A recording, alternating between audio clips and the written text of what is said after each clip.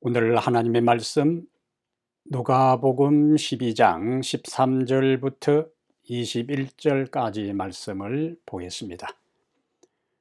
무리 중에 한 사람이 이르되 선생님, 내 형을 명하여 유산을 나와 나누게 하소서 하니, 이르시되 이 사람아, 누가 나를 너희의 재판장이나 물건 나누는 자로 세웠느냐 하시고 그들에게 이르시되 삶과 모든 탐심을 물리치라. 사람의 생명이 그 소유에 넉넉한 데 있지 아니하니라 하시고, 또 비유로 그들에게 말하여 이르시되 한 부자가 그 밭에 소출이 풍성하매 심중에 생각하여 이르되 내가 곡식 쌓아둘 곳이 없으니 어찌할까 하고, 또 이르되 내가 이렇게 하리라.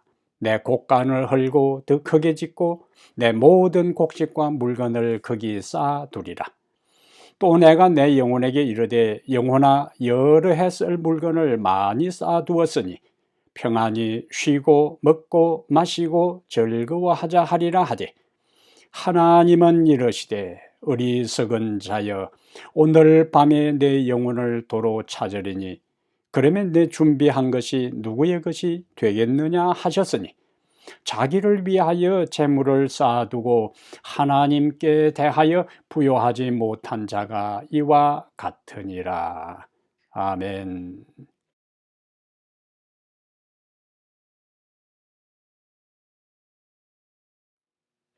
사랑하는 탁구마 교회 성도 여러분, 지난 한 주일도 주님 안에서 평안하셨습니까? 어지러운 세상 가운데서도 하나님께서 우리를 보호하시고 우리의 마음에 평안을 주시며 살아계신 우리 하나님을 믿고 이 안식일을 기억하여 예배할 수 있는 믿음과 마음을 주신 우리 하나님께 감사를 드립니다.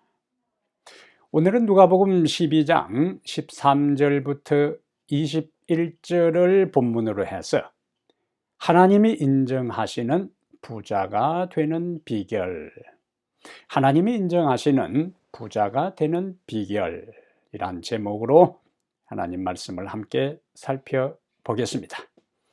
여러분 모두 부자 되세요. 꼭이요. 2001년이 저물어 가는 연말 저녁에 집에서 텔레비전을 시청하던 시민들은 강렬한 광고에 시선이 꽂혔습니다. 눈 내리는 마을을 배경으로 신인 여배우가 연신 부자 되라고 외치고 있었어요.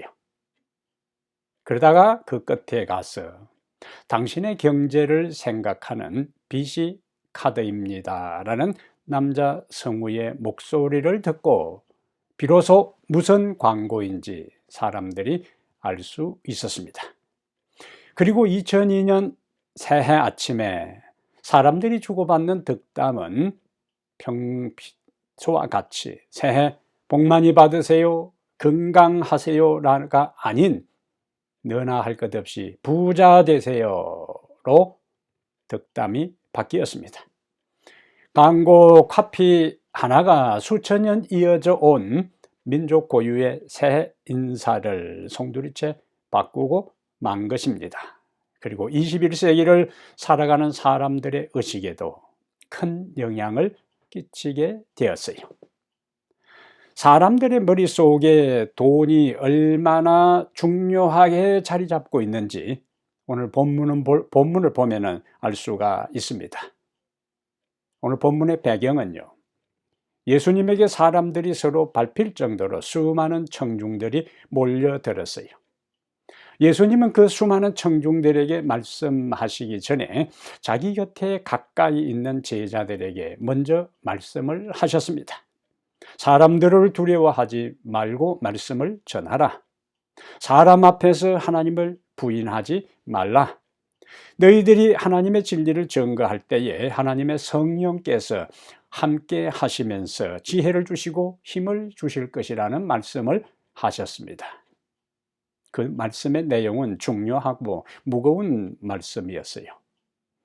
그런데 제자들에게 예수님께서 이런 말씀을 하시는 것을 그 가까이에 있는 한 사람이 듣고 예수님께 나왔습니다. 그 질문이 중요한 거예요. 예수님의 말씀을 듣고 예수님께 나왔으니까 무언가 영적인 중요한 인생의 깊은 문제를 예수님에게 질문을 할 것으로 기대했는데, 그는 이렇게 이야기합니다. 형과 유산 문제로 지금 다투고 있는데 우리 예수님께서 이 문제를 좀 해결해 주셔서 형으로 하여금 나에게 유산을 함께 나누라고 말씀해 주십시오. 여기서 우리가 한번 생각할 것이 있습니다. 이 사람은 예수님의 설교를 들으면서도 형이 받은 유산을 어떻게 자기가 나눠 받을까를 생각하고 있었던 것입니다.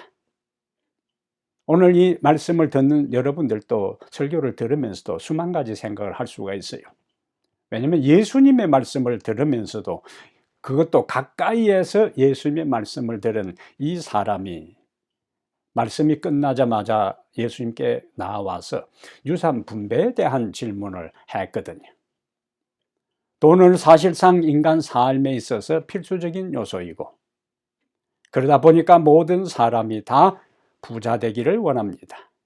그러면 세상이 말하는 부자가 아니라, 세상 사람들이 추구하는 부자 되기 위한 것이 아니라 하나님이 인정하는 부자가 되는 비결이 무엇일까요?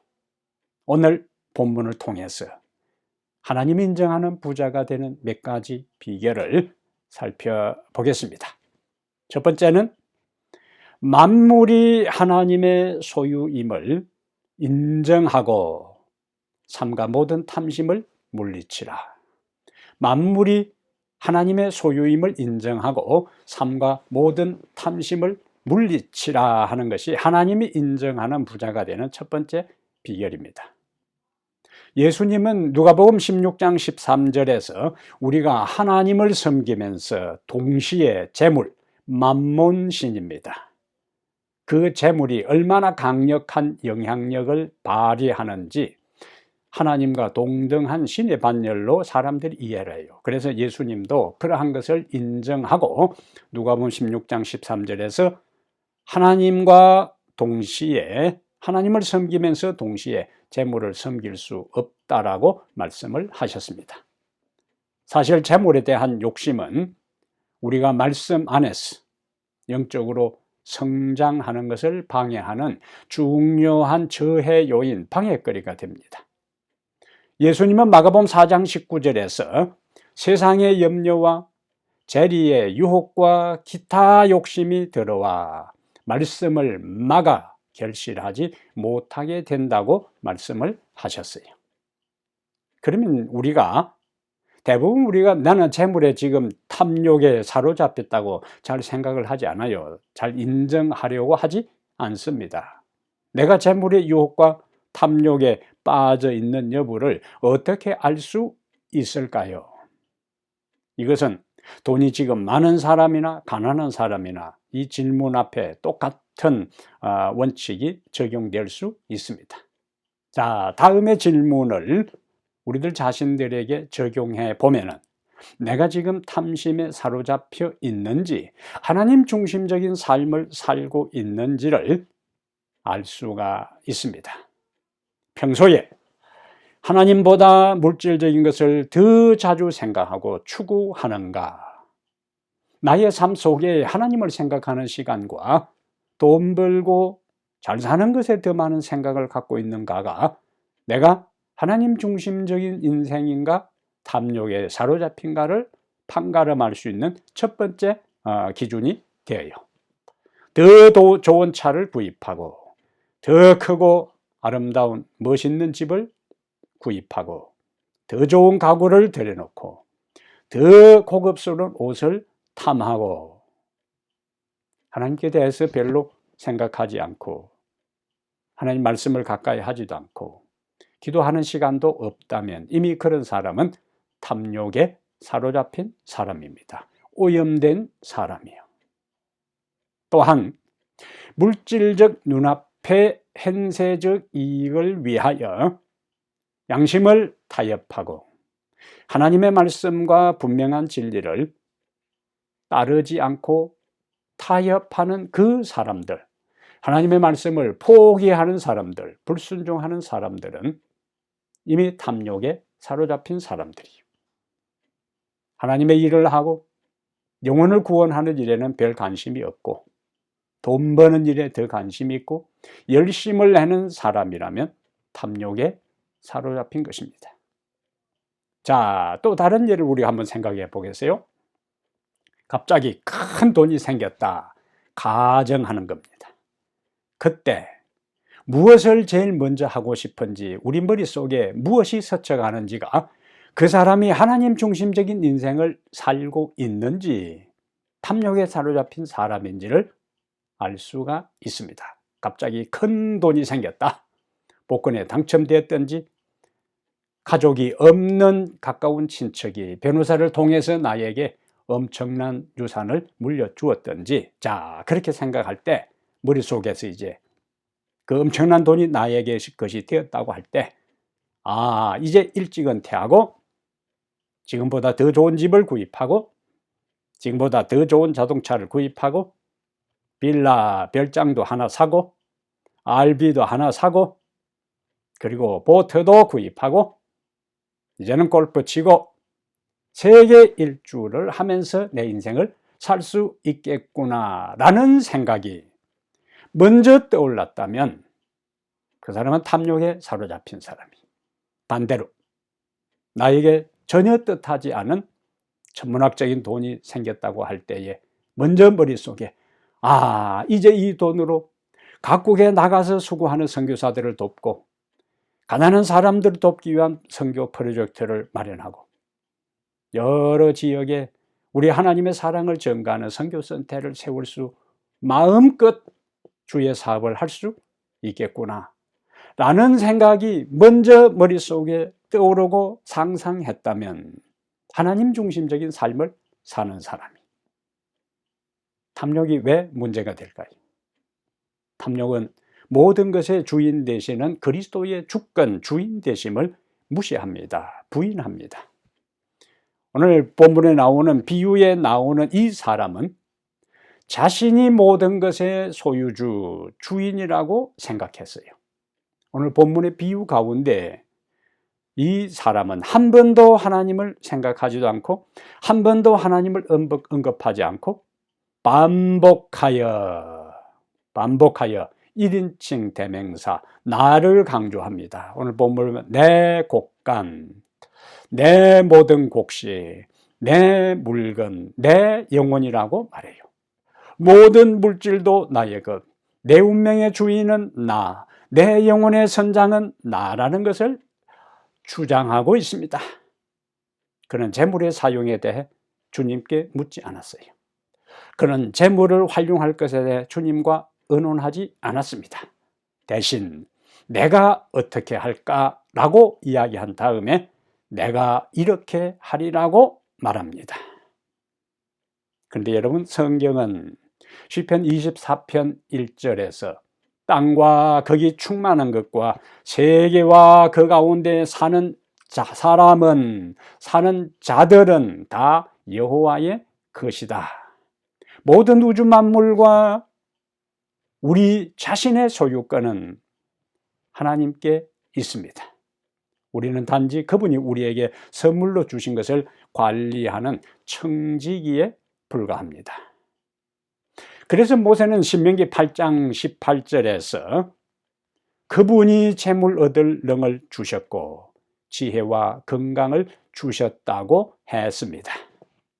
우리가 하나님이 모든 만물의 소유주이시고 모든 축복의 근원은 하나님이시며 우리는 단지 그것을 관리하는 청지기의 신분임을 인정할 때 비로소 우리는 탐욕에서 벗어날 수 있습니다.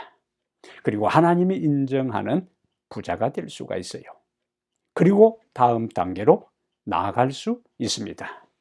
그러면 하나님의 만물의 소유주이시고 내 자신과 내가 소유하고 있는 모든 것은 다 하나님이 나에게 맡긴, 나는 그것을 관리하는 청직이라는 것을 인식하고 깨닫고 인정할 때 어떻게 되는가?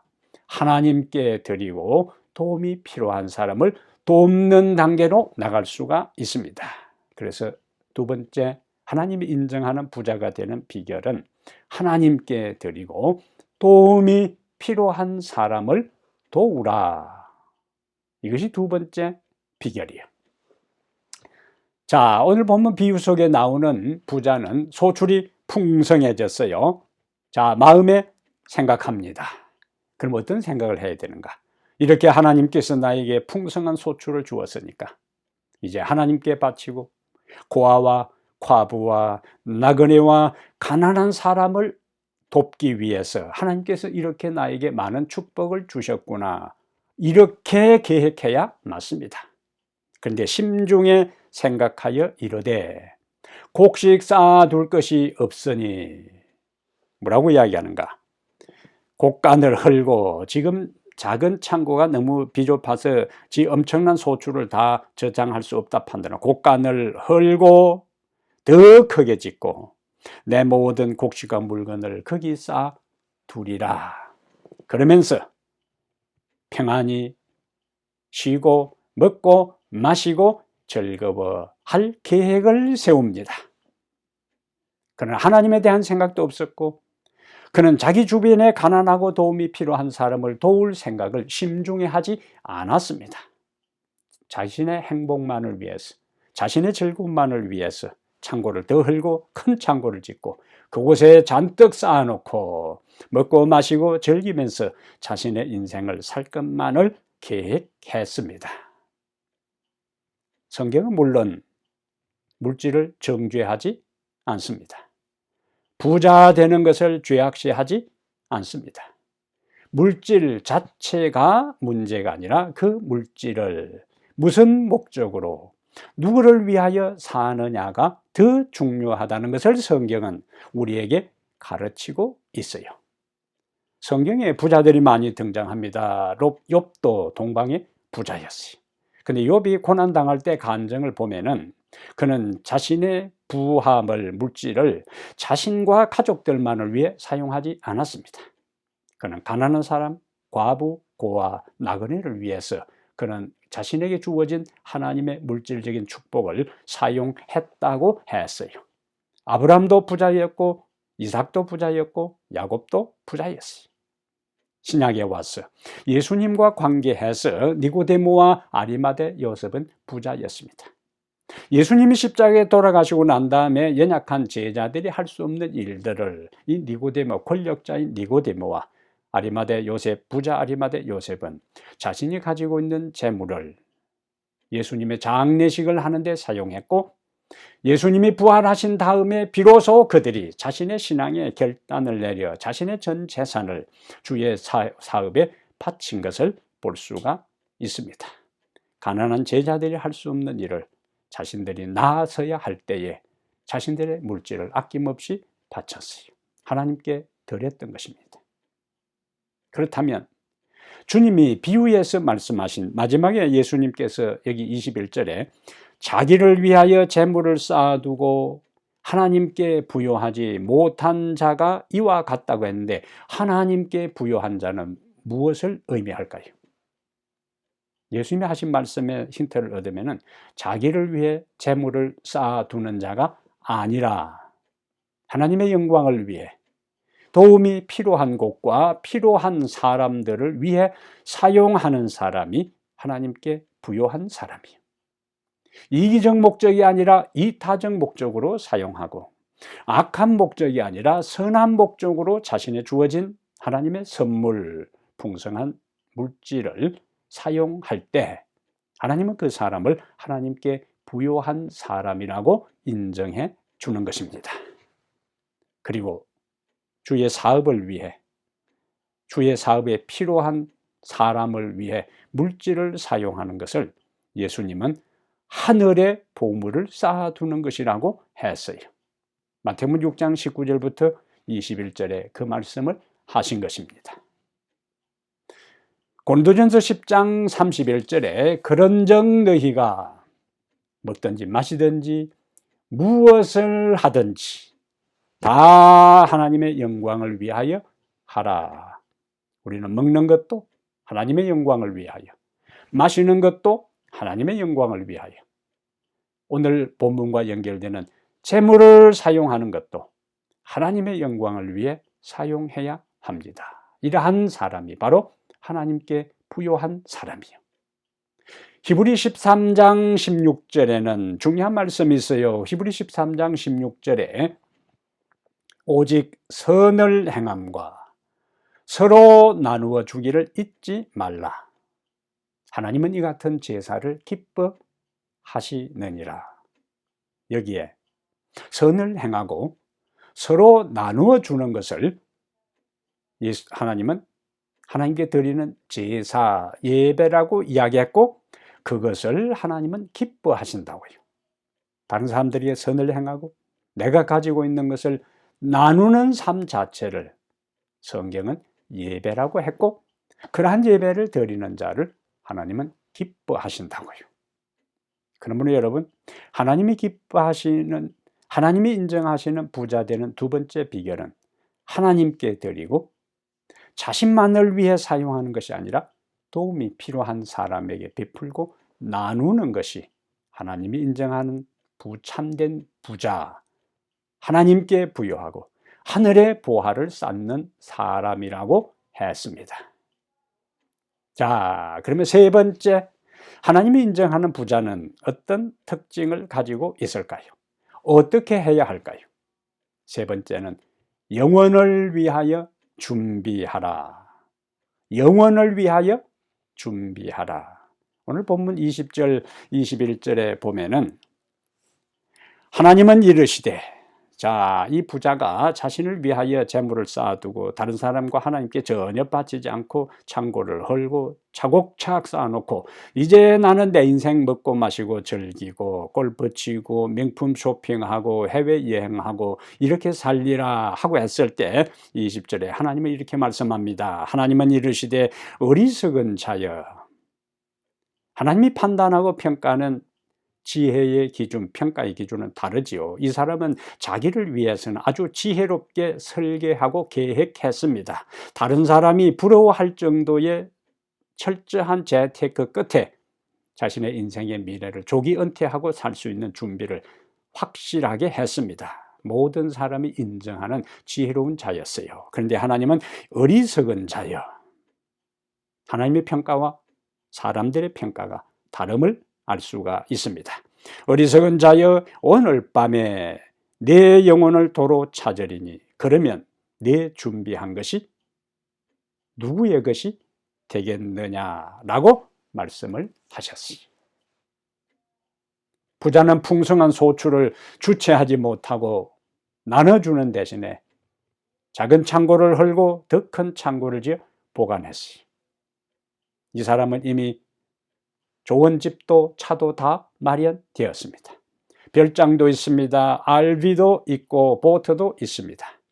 그리하여 일찍 은퇴하여 해외여행하고 명품 쇼핑하고 골프 치고 고급 레스토랑에 가서 식사하면서 여유 있게 이제 내 남아있는 인생을 멋지게 보낼 생각에 들떠 있었습니다. 본인은 뿌듯하고 가족도 행복하고 다른 사람은 시샘하면서 부러워하던 사람이었어요. 그런데 주께서 말씀합니다. 어리석은 자여, 오늘 밤에 내 영혼을 도로 찾으니 그러면 내 예비한 것, 준비한 것이 누구의 것이 되겠느냐. 부자는 당연히 내일이 올 줄 알았습니다. 그런데 하나님께서 오늘 밤에 목숨을 거두어 가시겠다고 말씀하신 거예요. 부자는 지금 자신이 가지고 있는 모든 것이 자기의 것이라고 착각하며 살았어요. 시간도, 자신도, 생명도 모든 것이 자기의 것이라고 착각하며 살아왔다는 것입니다. 그런데 하나님께서는 그에게 주어진 모든 것들이, 그의 생명도, 그 자신도, 그의 시간도 하나님이라는 사실을 강조하고 있어요. 오늘 우리도 오늘 밤에 우리의 생명이 마칠 수 있습니다. 죽음이 나와는 상관없는 것 같지만은 그 죽음이 나에게 현실이 되어 언제 다가올지 아무도 모릅니다. 이 세상을 불확실한 시대라고 이야기를 해요. 근데 그러면서 가장 확실한 것은 모든 것이 불확실한 것이라는 말도 있어요. 근데 확실하게 이야기할 수 있는 것은, 예외 없이 분명하게 이야기할 수 있는 것은, 모든 사람은 죽는다는 사실입니다. 이것만은 확실합니다. 그래서 이러한 죽음이 나에게 닥칠 수 있어요. 문제는 탐욕에 사로잡히면 인생은 짧고 내일을 기약하지 못하는 한계 있는 인생의 존재임을 망각합니다. 영원히 살 것처럼, 현재의 즐거움을 영원히 누릴 것처럼 착각하는 거예요. 부자는 나름대로 재산 관리를 하면서 신중하고 지혜롭게 행동하고 처신했어요. 그런데 빠진 것이 있습니다. 은퇴 후에 그가 살아갈 인생의 지상의 생활은 철저하게 준비했지만은 영원한 미래를 위한 준비가 없었습니다. 그래서 하나님은 그 사람을 어리석은 사람이라고 했어요. 아무리 이 세상의 삶의 모든 것을 철저하게 대비하고 준비했다 할지라도 영원을 위한 준비가 없는 사람은 하나님의 눈에 어리석은 사람입니다. 다니엘 5장에 한 인물이 등장합니다. 바벨론의 왕 벨사살 왕이었어요. 그는 왕으로서 왕궁의 잔치를 열었습니다. 제국의 1000여 명의 고위 관리들을 초청했어요. 우상을 찬양하고 숭배합니다. 여자들과 더불어 환락의 잔치를 벌여요. 그러나 다니엘 5장 30절에 그 잔치의 끝에 그날 밤에 갈대아 왕 벨사살 왕이 죽임을 당하고라고 기록하고 있어요. 벨사살 왕이 죽임을 당한 그날 밤은 역사적으로 정확하게 나타나 있습니다. 기원전 531년 10월 13일 밤이었어요. 그날 밤 벨사살 왕은 죽임을 당하고 바벨론은 멸망을 당하고 바벨론 제국은 폐허가 되고 말았습니다. 우리에게도 그날 밤이 찾아올 수 있습니다. 그러면 어떻게 해야 할까요? 디모데전서 6장 17절부터 19절에 해답이 있습니다. 내가 이 세대에서 부요한 자들을 명하여 마음을 높이지 말고 정함이 없는 재물에 소망을 두지 말고 오직 우리에게 모든 것을 주사 후히 주사 누리게 하시는 하나님께 우리의 마음을 두며 선을 행하고 선한 사업을 많이 하고 나누어 주기를 좋아하며 너그러운 자가 되게 하라. 이것이 장래의 미래에 자기를 위하여 좋은 터를 쌓아 참된 생명을 취하는 것이라고 했습니다. 물질은 순간적이고 한시적입니다. 지나갑니다. 그러나 하나님께서 우리를 위해 예비하신 모든 것, 약속하신 것은 영원합니다. 우리에게 주어진 것이 많든 적든, 내가 소유한 것이 많든 적든 상관없이 하나님을 위하여 드리고 필요한 사람들을 돕는 일에 사용할 때 하나님께서 우리를 부유한 사람으로 인정하시고 지혜로운 자로 인정하시고 이 땅에서 우리의 필요한 것을 채우시고 하늘의 생명을 준비해 주실 것입니다. 이러한 모든 가르침과 교훈이 우리의 마음에 간직되어서 하나님의 뜻 안에서 하나님이 인정하는 참된 부요함을 누리며 살아가는 귀한 성도의 생애가 여러분의 삶과 저의 삶이 되기를 이 시간에 간절히 바랍니다. 하나님 우리 아버지, 오늘 우리에게 말씀을 통하여 하나님이 인정하는 참된 부자가 되는 비결을 깨우쳐 주시니 감사합니다.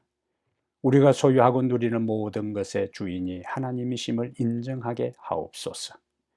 하나님께서 우리에게 청지기로서 주셨으니 주님의 피로에 주님께 드리며 도움이 필요한 사람을 돕고 영혼을 위하여 준비하며 살아가게 해 주시옵소서.